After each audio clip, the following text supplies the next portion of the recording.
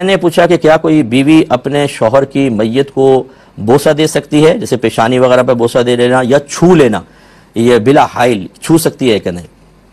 دیکھیں اچھی طرح یاد رکھیں کہ جب انتقال ہوتا ہے تو شوہر کے حق میں تو فوراً نکاح ختم ہو جاتا ہے، یعنی جیسے بیوی فوت ہو تو شوہر کے حق میں نکاح ختم ہے۔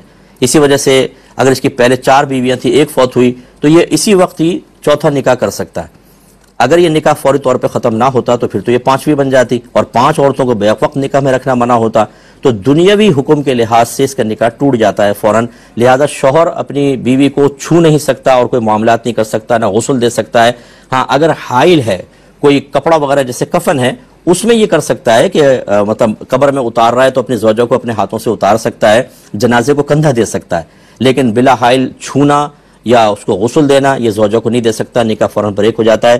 لیکن جیسے میں نے کہا یہ دنیاوی لحاظ سے، اگر جیسے اس نے دونوں مریں گے اور آخرت میں ہوں گے تو یہ میاں بیوی کی حیثیت سے اٹھیں گے، دنیاوی قانون کے اعتبار سے، دنیاوی احکام کے اعتبار سے شوہر کا نکاح فوراً ٹوٹتا ہے، لیکن بیوی کا نکاح فوری طور پہ نہیں ٹوٹتا۔ یہی وجہ ہے کہ اس کو عدت ہوتی ہے اور دوران عدت کسی سے نکاح نہیں کر سکتی، لہٰذا عورت اپنے شوہر کو چھو بھی سکتی ہے، اسے غسل بھی دے سکتی ہے۔ یاد رکھیں اگرچہ ہمارے یہاں رواج نہیں ہے، وہ دے سکتی ہے، تو اس کے لیے پھر یہ جیسے بہن نے پوچھا یہ پروسیس اس کے لیے بالکل جائز ہے، لیکن قربان جائے ہمارے گھر کے بڑوں کے، جن کو معذرت کے ساتھ ہر ایک کی بات نہیں کر رہا ہوں، لیکن جن کی کر رہا ہوں وہی برا مانیں گے بیچارے، دین کی ABC معلوم نہیں ہوتی، شوہر کو اس کمرے میں نہیں داخل ہونے دیتے جہاں زوجہ کا انتقال ہوا، جنازے میں کندھا نہیں دینے دیتے، قبر میں اتارے تو نہیں تمہاری بیوی نہیں رہی، حرام ہو گئے، پیچھڑ جاؤ۔ ارے بھائی آپ جو چیز حرام نہیں ہوئی اس کو حرام کر رہے ہیں۔ بروز قیامت دونوں میاں بیوی کے حیثیت سے اٹھیں گے تو دنیاوی کچھ احکام ہوتے ہیں، ایسی بیوی پہ اتنی پابندیاں لگا دی جاتی ہیں کہ وہ شوہر کو نہ دیکھ سکتی ہے، نہ کچھ چھو سکتی ہے، کچھ نہیں کر سکتی، حالانکہ اس کو تو ابھی نکاح بھی نہیں ٹوٹا، وہ تو چھو سکتی ہے، غسل تک دے سکتی ہے۔ ان چیزوں کو ذرا سمجھیے خدارا، اور میں بڑوں سے گزارش کرتا ہوں کہ جب آپ اس طرح کے کوئی شرعی حکم بیان کریں آپ اپنے طور پہ نہ کریں۔ آپ کے خاندان میں کیا ہوتا رہا، آپ کے خاندان میں سارے کوئی مفتی عالم نہیں تھے، وہ بیچارے وہ بھی عام لوگ تھے، انہوں نے کوئی رسم و رواج ڈال گئے اور اپنے لیے بہت بڑا گناہ جاریہ کر گئے۔ آپ تو روکیں اس گناہ جاریہ کو، ورنہ آپ بھی اس میں شامل ہو جائیں گے، آگے گناہ جاریہ ہوگا۔ ایسے کوئی بھی موقع ہے کسی اچھے مستند مفتی صاحب سے رجوع کریں، ان سے پوچھیں کہ ہمیں کیا کرنا چاہیے کیا نہیں، آپ کو جواب ملے اس پر عمل کریں۔ بہن نے پوچھا کہ میں عمرے پہ جانا چاہتی ہوں، 12 سالہ منہ بولا بیٹے ہے، اس کو ساتھ لے جا سکتی ہوں کہ نہیں؟ بہن نہیں لے جا سکتی، اور یہ اچھی طرح یاد رکھیں کہ شریعت میں منہ بولے بیٹے کا اس انداز سے کوئی تصور نہیں ہے کہ اگر لڑکی کسی کو منہ بولا بھائی بنا لے یا عورت لڑکے کو منہ بولا بیٹا بنا لے تو وہ تمام حرمت کے رشتے ختم ہو جاتے ہیں، پردے کے احکام ختم ہو جائیں گے، ایسا کوئی تصور نہیں ہے۔ اگرچہ نبی کریم صلی اللہ علیہ وسلم نے حضرت زید کو متبنہ بنایا تھا، منہ بولا بیٹا اس کو کہتے ہیں، لیکن وہ تو سرکار نے بنایا نا، مرد کے لیے تو ٹھیک ہے۔ ہاں آپ کسی بچی کو ایسی منہ بولی بیٹی بنا لیں، چلو پیار محبت میں الگ بات ہے، لیکن یہ اچھی طرح یاد رکھیں کہ جی کسی کو منہ بولی ماں بنا لیا، کسی کو منہ بولی بہن بنا لیا، لڑکے نے، یہ لڑکا 12 سال کا ماشاءاللہ مراہق کہلاتا ہے، یعنی قریب البلوغ کہتے ہیں اس کو، بالغ ہونے کے قریب ہے، اس سے تو پردہ واجب ہے، عورت کو تھوڑا سا بڑا ہوگا پردہ واجب ہو جائے گا۔ آپ کا اس کو منہ بولا بیٹا کہہ دینے سے یاد رکھیں وہ آپ کا بیٹا نہیں ہو گیا، وہ نامحرم ہے، اور نامحرم کے ساتھ اگر آپ عمرے یا حج پر جائیں گی تو قدم قدم پر آپ کو گناہ ملے گا۔ یہ جو ہماری بہنیں آج کل کہہ رہی ہیں نا جی وہ فلاں ملک والوں نے عورت کو پرمیشن دے دی ہے کہ وہ اکیلی سفر کر سکتی ہے، بھائی شریعت ہمارے نبی کی ہے، کسی کے ملک والے کی نہیں ہے، چاہے وہاں پہ مکہ مدینہ ہو، شریعت ہمارے نبی کریم صلی اللہ علیہ وسلم کی، اور نبی کریم نے عورت کو اکیلے سفر کرنے سے منع کیا۔ اب عورتیں جرأت کے ساتھ جو ہیں وہ قافلوں کے اندر جا رہی ہیں، کاروان والوں کے ساتھ جا رہی ہیں اور کہتی ہیں کہ ہمیں تو پرمیشن وہاں سے مل گئی ہے کہ ہم اکیلے سفر کر سکتے ہیں۔ یاد رکھیں کہ جیسے میں نے کہا شریعت ہمارے نبی کی ہے، اور نبی کریم صلی اللہ علیہ وسلم نے ارشاد فرمایا کسی عورت کے لیے حلال نہیں کہ وہ اپنے محرم کے بغیر 3 دن کی مسافت کا سفر طے کرے، جس کو 92 کلومیٹرز دور کہتے ہیں تقریباً، تو یہ حرام ہے، یاد رکھیں نکلنا۔ جو عورتیں اللہ کی رحمت اور قرب حاصل کرنے کی نیت سے اس طرح اکیلی جا رہی ہیں وہ گناہوں کے ساتھ واپس آتی ہیں، وہ نحوست کے ساتھ واپس آتی ہیں، ان پہ اللہ تبارک و تعالیٰ کا قہر نازل ہوگا۔ اس لیے بالکل اپنے جذبات اور احساسات کو قابو میں رکھیں، جب تک محرم نہیں ملتا آپ نہیں کر سکتی، اور ساری زندگی نہ ملے تو بالکل آپ گھر میں سکون سے رہے۔ یہ نہیں ہے کہ جی اب ہمیں چونکہ محرم نہیں ہے تو ہم اللہ کی نافرمانی کر کے اسی رب کی رحمت حاصل کرنے کے لیے جائیں، اللہ کی نافرمانی کے ساتھ کوئی رحمت حاصل نہیں ہوتی۔ یہ بالکل ایسے ہی ہوگا جیسے کوئی ڈاکہ مارے اور پیسہ لوٹ کر غریبوں میں تقسیم کر دے، تو کیا یہ اللہ کی بارگاہ میں مقبول ہوگا؟ اسی طریقے سے جس فعل کی بنیاد گناہ پر ہو اس میں اللہ کی رحمت حاصل نہیں ہوتی۔ تو میری بہن یہ بچے کو آپ گھر میں بھی داخل نہ ہونے دیں، قریب البلوغ ہے، تھوڑے عرصے میں بالغ بھی ہو جائے گا، بڑا ہو جائے گا، اور آپ کا اس کو گھر میں داخل کرنا ہی گناہ اور حرام ہوگا، اس نامحرم کو اپنے گھر سے باہر نکالیے۔ یہ ایک آخری بات اس میں منہ بولے بیٹے میں یہ دیکھ لیجئے کہ اگر وہ منہ بولا بیٹا کسی اور جہت سے محرم ہو پھر تو چلو چل جائے گا. جیسے آپ کی سگی بہن کا بیٹا ہو اور آپ نے اس کو منہ بولا بیٹا بنا لیا تو آپ خالہ ہیں چونکہ, تو خالہ کی جہت سے تو پھر ٹھیک ہے, وہ محرم ہے. لیکن یہ جو میں نے پوری تفصیل بیان کی یہ اجنبی بچوں کے لیے ہے جو آپ کے کسی اور جہت سے محرم نہ بن رہے ہوں. تو صرف آپ کے منہ سے کہہ دینے سے کہ تم میرے منہ بولے بیٹے ہو وہ محرم نہیں ہو جائے گا, پردے کے احکام جاری ہوں گے. دیکھیں پہلی بات تو یہ کہ خدا را دین کو سیکھنے کی کوشش کریں. شوہر پر بیوی کو الگ رہائش فراہم کرنا واجب ہوتا ہے, اور الگ رہائش کا یہ تصور ہوتا ہے کہ مثال کے طور پہ کوئی الگ گھر ہی نہیں, اگر ایک کمرہ وہ شوہر اس کو دے دیتا ہے جس میں عورت اندر سے کنڈی لگائے اور جب باہر جانے لگے تو تالا لگا کے جا سکے, اپنے پرائیویسی کی حفاظت کر سکے, تو یہ الگ رہائش کا تصور ہے. اگر کوئی خاتون جوائنٹ فیملی میں رہتی ہیں اور اس وجہ سے اپنے کمرے کو تالا لگا کر جاتی ہیں کہ خدا نخواستہ کوئی چوری نہ کر لے, کوئی گھس کے میری چیزیں استعمال نہ کر لے, تو اس کو بالکل شرعی طور پہ حق حاصل ہے. اس پہ کون سا شور مچانے کی ضرورت تھی کہ کیوں تالے لگا کر گئیں, اور پھر یہ کہنا کہ ہم پہ شبہ ہے تمہیں کہ ہم چوری کریں گے. بھئی ضروری ہے کہ کوئی تالے لگا کر جائے تو چوری کا شبہ ہوتا ہے؟ اگر آپ گھر میں جب باہر جاتے ہیں تو باہر بھی تالے لگاتے ہیں. اب کوئی محلے والا آ کر کہے کہ تم ہم پہ شک کرتے ہو, بھئی ٹھیک ہے حفاظت کے لیے کرتے ہیں تو اس میں کیا پرابلم ہے, تو اس میں تالا لگانے میں کوئی حرج نہیں تھا. لیکن اب یہ ہوا کہ انہوں نے جب آپ سے پوچھا تو آپ نے یہ غلط کیا. آپ کہتی ٹھیک ہے میں تالا لگا کر گئی ہوں, مجھے شریعت حق دیتی ہے, اور اگر شریعت کا آپ کو نہیں پتا تھا تو آپ کہتی ہاں میں نے تالا لگایا, جو جھگڑا ہوتا تو دیکھا جاتا.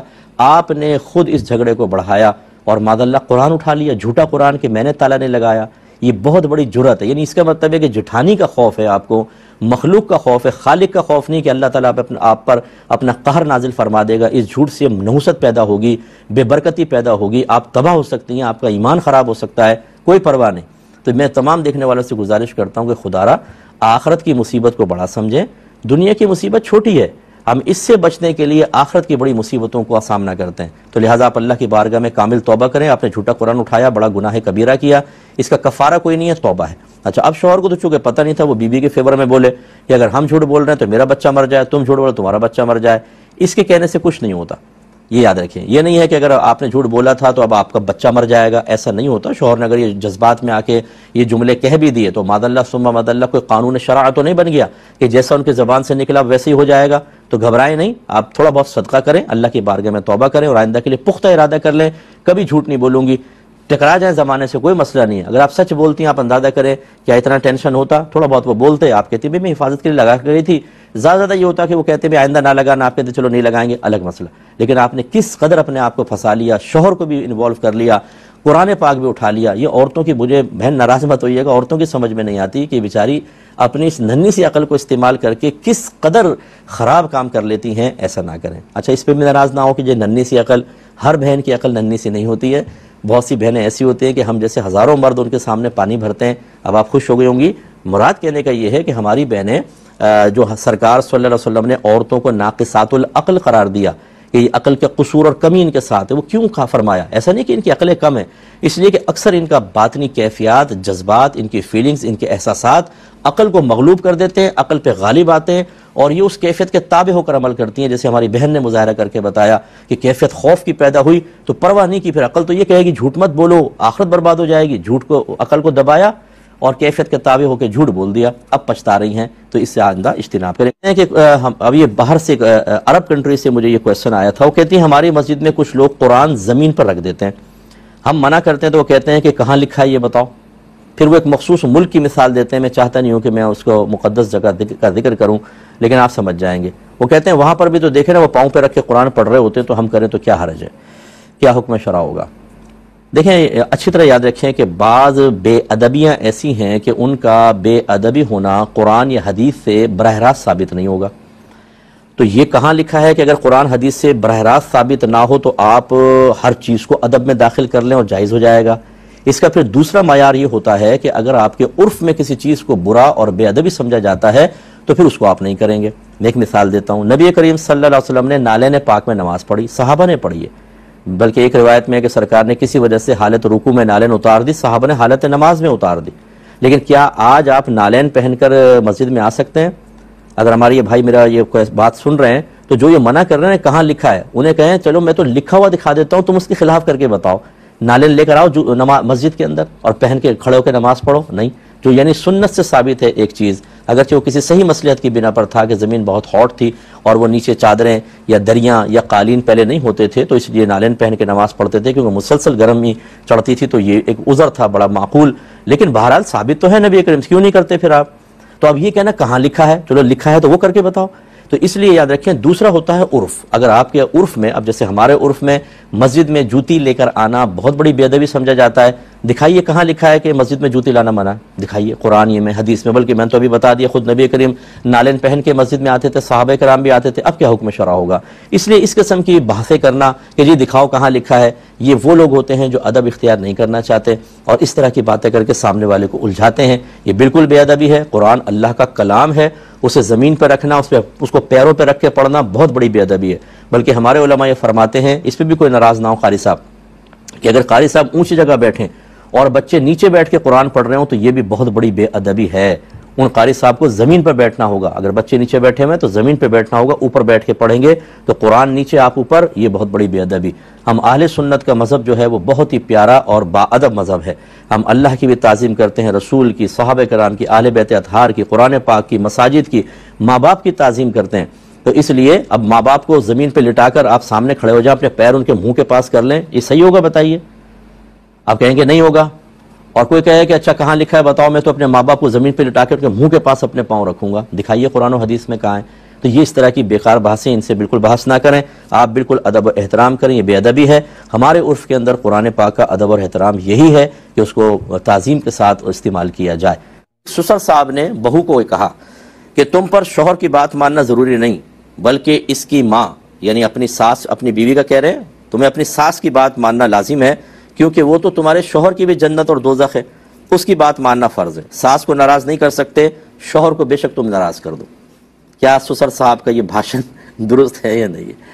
تو یہ وہی بات ہے جو ابھی میں نے عرض کی ہے کہ علم دین سیکھو نہیں، قرآن کو سمجھو نہیں، حدیث کو سمجھو نہیں، اپنی ایک نئی شریعت بنا کر، اور اگر خاندان کے اندر اگر آپ کو اللہ نے کوئی عارضی طور پہ کوئی بڑا منصب دے دیا، جیسے سسر صاحب پورے گھر پہ حاکم ہیں، تو اس کا ناجائز فائدہ اٹھاتے ہوئے خلاف شرع چیزوں کو عام کر کے اپنے لیے گناہ جاریہ کرتے رہو. ہمیں یہ نہیں، شرم نہیں آتی ہمیں کہ ہم کیا کر رہے ہیں. سسر صاحب کے خلاف کوئی دو جملے بول دیں تو وہ سیخ پا ہو جائیں. ساس کے خلاف وہ بہو کر رہی ہوگی تو اس کو اتنا لمبا لیکچر دے دیا. آپ کے خلاف ہو جائے تو آپ غصے میں آ جائیں. اللہ رسول کے خلاف، قرآن حدیث کے خلاف کریں تو کوئی بات نہیں. یہ اچھی طرح یاد رکھیں کہ حدیث، اب یہ میں عرض کرتا ہوں کہ سسر نے بالکل غلط کہا، خلاف شرع کہا. اس میں ان کو آخرت کی بربادی کا سامان کیا. اور نبی کریم صلی اللہ علیہ وسلم نے ارشاد فرمایا کہ جو بغیر علم کے فتویٰ دے اس پر زمین و آسمان کے تمام فرشتے لعنت کرتے ہیں. اب وہ ناراض ہوں گے تو اپنی آخرت برباد کریں گے. ان کو چاہیے کان پکڑ کے، اللہ تو شکر ہے کہ تو نے زندگی میں مسئلہ سمجھنے کی توفیق دے دی. نبی کریم صلی اللہ علیہ وسلم نے تو یہ فرمایا کہ لڑکی پر سب سے زیادہ حق اس کے ماں باپ کا ہوتا ہے، اور جب اس کی شادی ہو جاتی ہے تو سب سے زیادہ حق اس کے شوہر کا ہے. یعنی ساس سسر تو کوئی حق ہی نہیں ہوتا. میں آپ کو عرض کروں، وہ تو صرف بچی جو ہے وہ شوہر کے واسطے سے ساس کو اپنی والدہ سمجھے، سسر کو اپنا والد سمجھے، سعادت کی بات ہے. حقیقتاً ان کا کوئی حق نہیں ہوتا. شوہر کا حق سب سے زیادہ ہے. تو سسر صاحب نے غلط کہا. شوہر کو ناراض نہ کرے، ساس چاہے ایک لمحے کے لیے ناراض ہو جائے، یہ نہیں کہہ رہا ہوں کہ ان کے خلاف جائیں، لیکن بہرحال شوہر کا حق زیادہ ہے. تو ایک انہوں نے کہا کہ بچی نے لفظ کہا، ایک بچی عمرے کے لیے گئی. میں سمجھا شاید بہت ہی منی سی گئی ہوگی، لیکن آخر میں انہوں نے کہا کہ وہ گئی تو پہلے مدینے چلے گئے، وہاں سے مکے آنا تھا تو حیض سٹارٹ ہو گیا. انہوں نے عمرہ وغیرہ کچھ بھی نہیں کیا، اور ایسے کیونکہ فلائٹ تھی وہ واپس آ گئے، نہ قصر کیا اور نہ کوئی اور مسئلہ کیا، اور پھر وہ شوہر سے صحبت بھی کی. یہاں پہ جب وہ پہنچی تو مجھے پتہ چلا کہ وہ منی نہیں تھی، بچی نہیں تھی، بلکہ وہ بالغہ تھی، بلکہ شادی شدہ لڑکی تھی. تو اب اس کا حکم شرع کیا ہے؟ مسئلہ یہ ہے کہ پہلی بات تو یہ کہ خدا را آپ بچوں کے اندر اور بڑوں کے اندر فرق کرنا سیکھیں. جب ایک آدمی بالغ ہو جاتا ہے، بچی جو ہے وہ 9 سال سے لے کے 15 سال کے درمیان بالغ ہو جاتی ہے، یعنی کبھی اس کو احتلام ہو جائے یا اس کو حیض سٹارٹ ہو جائے تو وہ بالغہ ہے.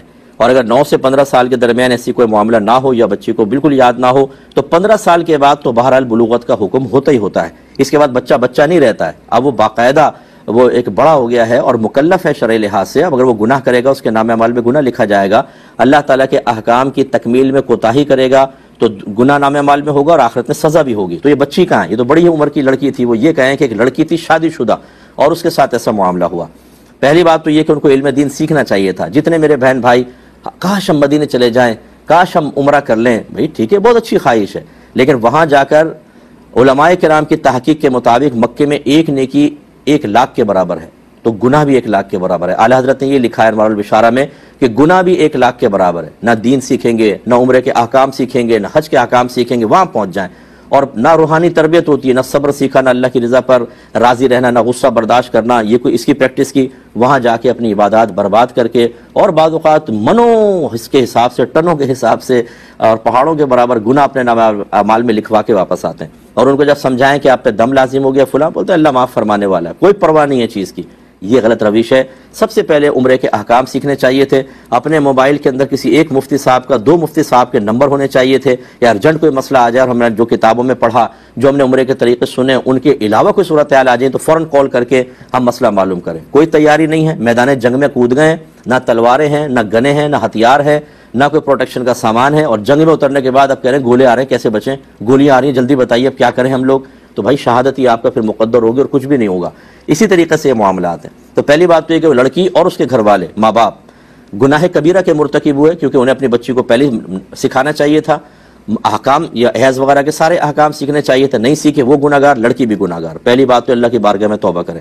دوسری بات یہ ہے کہ اگر کوئی، ان کو چاہیے یہ تھا اگر وہ اسی حالت میں وہاں پہنچ گئی تھی اور فلائٹ تھی، وہ اسی حالت میں عمرہ کر لیتی، طواف کرتی اور سب کا عمرہ ہو جاتا ان کا، لیکن چونکہ انہوں نے اس طریقے سے حالت جنابت میں کیا تو دم لازم، یعنی حالت حیض میں کیا، دم دے دیتی، عمرہ بھی ہو جاتا اور دم بھی ہو جاتا۔ اب صورتحال یہ ہوئی کہ ان کو ایک جانور وہاں بھیجنا پڑے گا حرم میں، یعنی بھیجنے سے مراد وہاں کسی کو کہہ دیں کہ حدود حرم میں ہماری طرف سے ایک جانور بطور دم ذبح کروا دیں، وہ ذبح ہوگا تو یہ احرام کی پابندیوں سے باہر ہو جائیں گے۔ اس سے پہلے جو انہوں نے یہ احرام کی حالت میں تھیں، یاد رکھیں جب واپس آئیں، اور انہوں نے جو کام کیے وہ سب خلاف شرع تھے، تو اب ان کا حساب کریں تو بہت دم بنتے، لیکن ایک دم کم از کم دے دیں تو پھر یہ گویا کہ احرام کی اس سے باہر آ گئیں۔ اب یہ وہی قصر کروائیں، پہلے وہ جانور ذبح ہو جائے، قصر کروائیں، احرام کی حالت سے باہر آ گئیں، اللہ کی بارگاہ میں توبہ کریں، اور پھر کبھی جب بھی موقع ملے اس عمرے کی بعد میں جا کے گویا کہ قضا ادا کرنی ہے، تاکہ بالکل عمرے کے ساتھ یہ بری الذمہ ہو جائے۔ اور باقی ان تمام معاملات میں جتنا گناہ کبیرہ ہوا اس کا وبال تو ہے، وہ اللہ کی بارگاہ میں توبہ کریں۔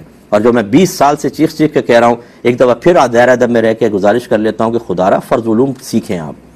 آپ کو کہیں اور نہیں ملتا، میرا نمبر لے لیں، میں آپ کو فرض علوم کروا دیتا ہوں۔ فرض علوم سیکھیے، خدا را اپنے بچوں کو سکھائیں، ورنہ میدان معاشر میں یہی بچے آپ کا گریبان پکڑیں گے۔ آپ کو ابھی ہماری بات سمجھ میں نہیں آ رہی، یہ مطالبہ کریں گے کہ اللہ تعالیٰ ہمارے ماں باپ نے ہمیں علم دین سے دور رکھا، اس وجہ سے ہم سے گناہ ہوئے، ان کی غریب فرما۔ اور یاد رکھیں کہ اگر اولاد کی صحیح تربیت نہ ہو، ان کو ضروری علوم جو ماں باپ پہ لازم ہے وہ سکھانے کا اہتمام نہ کریں، کوئی ذریعہ وغیرہ نہ بتائیں، بالغ ہونے کے بعد ان کی وجہ سے، یعنی کم علمی کی وجہ سے، جہالت کی وجہ سے بچے جتنا بھی گناہ کریں گے ماں باپ کے نام اعمال میں بھی لکھا جائے گا۔ آپ نے اس کو معمولی سمجھا ہوا ہے، ہماری باتوں کو آپ سمجھ کر سن کر اگنور کر دیتے ہیں۔ اس کی کلپ بنا لیں آپ، جتنا یہ میرا حصہ ہے، اور اپنے رشتہ داروں میں، دوست احباب میں اس کو تقسیم کریں۔ ہو سکتا ہے کسی کے دل پہ کوئی بات لگ جائے، کوئی دین کی طرف آ جائے اور علم دین سیکھ لے، تو بالکل سیکھیے، ورنہ یہ آپ کا عذر نہیں ہے جی بچی نے ایسا کر لیا۔ بھائی وہ بچی نہیں تھی، مکلفہ ہو گئی ہے۔ اب اگر وہ خدا نہ خواستہ توبہ کیے بغیر فوت ہو جاتی تو اللہ تبارک و تعالیٰ کی خیر مشیت پر موقوف تھا، اللہ چاہے تو معاف بھی فرمائے، لیکن یہ تو حسن زن ہے نا، ہو سکتا ہے قہاریت اور جباریت غالب ہو اور اللہ سزا دے دے، اس کی ذات بڑی بے نیاز ہے، ڈرنا چاہیے اس سے۔ تو اس لیے علم دین سیکھیے۔ ایک یہ کہتے ہیں کہ کسی بہن نے یہ پوچھا تھا کہ کیا ڈینٹسٹری میں میل مریض کا علاج کر سکتے ہیں کہ نہیں، یعنی ڈینٹسٹ ہیں وہ خاتون، اور کوئی بعض اوقات میل آ جاتے ہیں تو ان کے دانتوں وغیرہ کو ٹھیک کرنا، اسکیلنگ وغیرہ کرنا کیسا ہے؟ تو یہ بالکل کر سکتے ہیں، اور بہتر یہ کہ خواتین دستانے پہن کر یہ کام کریں۔ عمومی طور پر یہ لازم بھی ہوتا ہے، دستانے پہن کے ہی کرتی ہیں، تو بالکل وہ میل کا کر سکتی ہیں، اور جب وہ کریں تو اس وقت تھوڑا سا ذرا فاصلہ رکھیں، اپنے آپ کو بہت کلوز نہ رکھیں، اور اس کے علاوہ نقاب، وہ جو ماسک ہوتا ہے تو لگاتے ہی ہیں، وہ ماسک بھی لگا رہے، بے پردگی وغیرہ نہ ہو، حتی الامکان کوشش کریں کہ اس طرح اگر وہ ریزرو رہ کے کریں گی تو اس کی شرعی لحاظ سے اجازت ملے گی۔ ایک یہ کہتے ہیں کہ کسی مسلمان کے چہرے یا جسم میں پیدائشی طور پہ کوئی نقص ہو تو کیا اللہ تبارک و تعالیٰ آخرت میں اس نقص کی بنا پہ اسے کوئی انعام دے گا، اور اگر دے گا تو وہ کیا انعام ہوگا؟ دیکھیں، جب اللہ تعالیٰ کسی کو کوئی کمی دیتا ہے تو اس کو اس کا بدلہ آخرت میں دے گا، قرآن و حدیث کی تعلیمات کا نچوڑ یہی ہے، لیکن کیا دے گا اس کی وضاحت نہیں ہے۔ وہ اللہ تعالیٰ کچھ بھی دے سکتا ہے، اسے گناہوں کا کفارہ کر سکتا ہے، نیکیوں میں اضافہ، جنت کے اندر اس کو وسعت دے سکتا ہے، اور حوریں عطا فرما دے، محلات عطا فرما دے، خاتون ہیں تو اللہ تعالیٰ اور اس کو انعامات عطا فرمائے، اس کی تفصیل تو نہیں ہے۔ یہ تو ایک مستقل یہ ہے کہ اللہ نے کمی دی اور ایسا ہوا، اور اگر فرض کر لیں اس کمی کی بنا پر بار بار اس کی دل آزاری ہوتی ہے اور وہ اس پہ صبر کرتا ہے، اس کا الگ انعام ہوگا۔ جیسے لوگوں کی عادت ہوتی ہے کہ کسی میں بیچارے میں اگر کوئی نفس دیکھیں گے اس کی ضرور اس کے بارے میں یہ کیا ہوا تھا، کیوں ہوا ہے، اور یہ کیا ہو گیا، وہ اتنا پوچھتے ہیں کہ سامنے والا بیچارہ پریشان ہو جاتا ہے، بعض اوقات تو پھر منہ چھپاتا پھرتا ہے۔ اس طرح مطلب یہ کہ کوشش کریں کہ دل آزاری کا اندیشہ ہو تو نہ ہی پوچھیں، اور پوچھنے کا فائدہ ہے کہ کیوں پوچھتے ہیں آپ خواہ مخواہ، خواتین خواہ مخواہ پوچھ کر اچھا نتیجہ کچھ بھی نہیں، پوچھ لیں گے پوری تفصیل، اچھا اللہ تعالیٰ کرم فرمائے، نکل لیں، بھئی کیوں پوچھا تھا آپ نے، کیا ضرورت تھی، جتنی دیر بیچارے نے اس نے بتایا اس کی دل آزاری، تو بہرحال جتنی دل آزاریاں ہوتے رہیں گے اس پہ صبر کریں گے، اس کا الگ انعام بھی ہوگا۔